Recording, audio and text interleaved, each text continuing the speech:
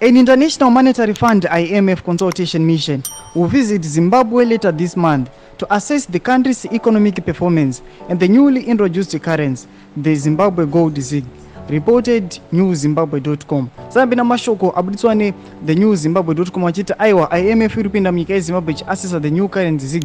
Loti bwa subscribe like utina on the bell icon. Loti pino nyara vachiti the IMF mission is expected in Zimbabwe between June 18 to June 27 for Article 4 consultations.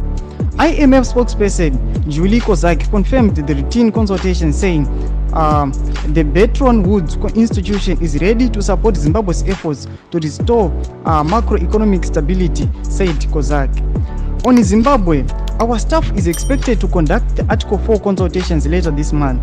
Part of this Article 4 consultation will assess the entire economy, as we always do, but also we will be looking at the new current arrangements, the ZiG, and the Article 4 mission will give us the opportunity to do that.